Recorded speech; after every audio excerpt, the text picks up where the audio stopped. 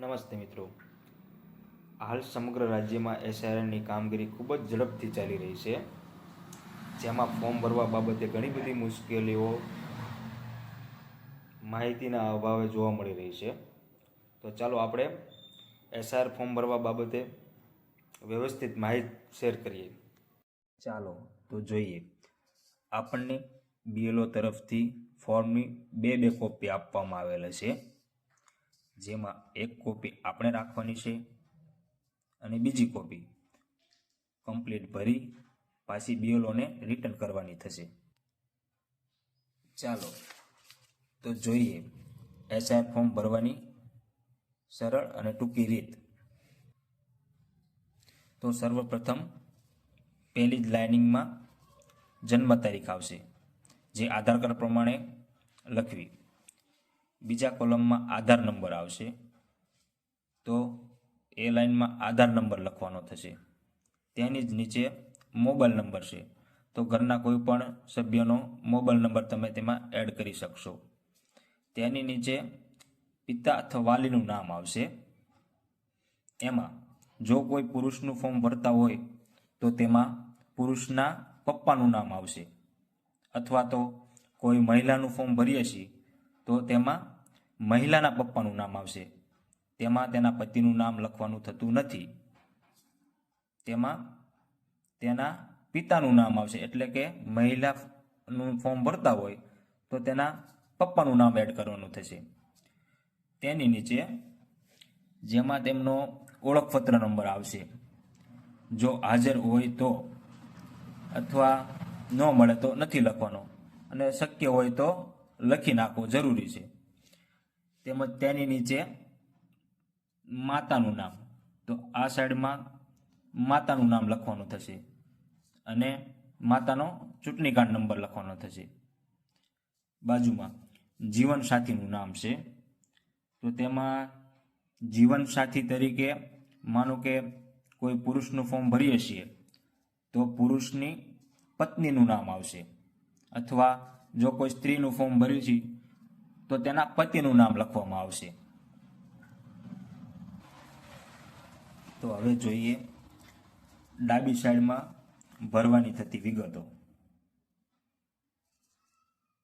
જેમાં માત્ર 2002ની યાદીમાં જે ચૂંટણી યાદીમાં નામ સમાવિષ્ટ હશે તે લોકોની જ આ વિગત ભરવાની થશે, બીજાની ભરવાની થતી નથી.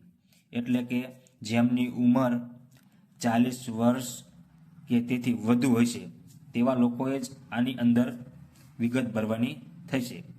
જેમાં જોઈએ મતદારનું નામ, એટલે કે જેમાં આપણે જેનું ફોર્મ ભરીએ છીએ તેની વિગત લખવાની થશે. જે 2002ની મતદાર યાદી પ્રમાણે ચૂંટણી કાર્ડ નંબર હશે તે પ્રમાણે તેનો ચૂંટણી કાર્ડ નંબર લખવાનો થશે.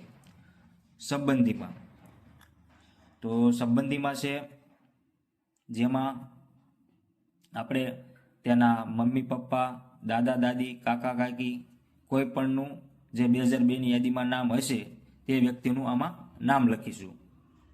તેની નીચે એનો સંબંધ, તો આ જે વ્યક્તિનું આપણે ફોર્મ ભરીએ છીએ તેનો સંબંધ શું છે, તેમના કાકા છે, દાદા છે, પપ્પા છે, મમ્મી છે, એનો સંબંધ દર્શાવવાનો થશે. તેની નીચે જિલ્લો, તો તે સમયે જિલ્લો જે હોય તે જિલ્લાની વિગત નાખવાની છે. નીચે રાજ્ય, તો રાજ્ય લખવાનું છે ગુજરાત. વિધાનસભા મત, અહીંયા વિધાનસભા મત વિભાગનું નામ છે, તેમાં આવશે ધંધુકા. નીચે વિધાનસભા મત વિસ્તારનો નંબર, તો એમાં આવશે ધંધુકા 59. આપણે બાજુમાં છે ભાગ નંબર, તો 2002ની યાદી પ્રમાણે અહીંયા 90 નંબર આવશે. તેની બાજુમાં છે અનુક્રમ નંબર. અનુક્રમ નંબર માટે આપણે 2002ની યાદીમાં અનુક્રમ નંબર જોવા મળશે. તે આપ પીડીએફમાં પણ ચેક કરી શકશો, ઓનલાઈન એની લિંક પણ છે તેમાં પણ ચેક કરી શકશો, અથવા બીઓલોને પૂછીને પણ લખી શકશો. તો હવે જોઈએ જમણી સાઈડમાં ભરવાની થતી વિગત. આમાં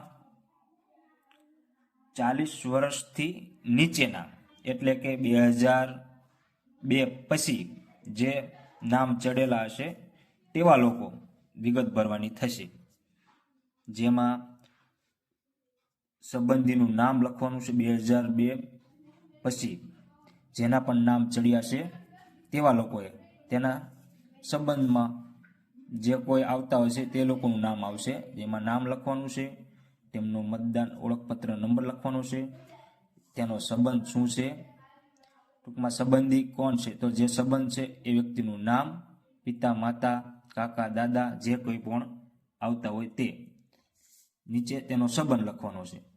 છેલ્લે જિલ્લો તો જિલ્લો બોટાદ, રાજ્ય ગુજરાત, વિધાનસભા મત વિભાગનું નામ, જેમાં અહીંયા લખેલું હશે 179 માલણપુર 1.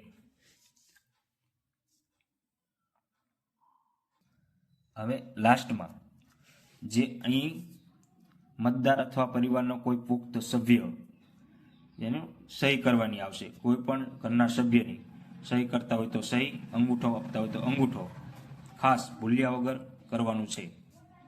અને ખાસ આપનો ફોટો પણ ચેન્જ કરી શકો છો, જે કલરમાં વ્યવસ્થિત નવો અપડેટ ફોટો ચોંટાડવો.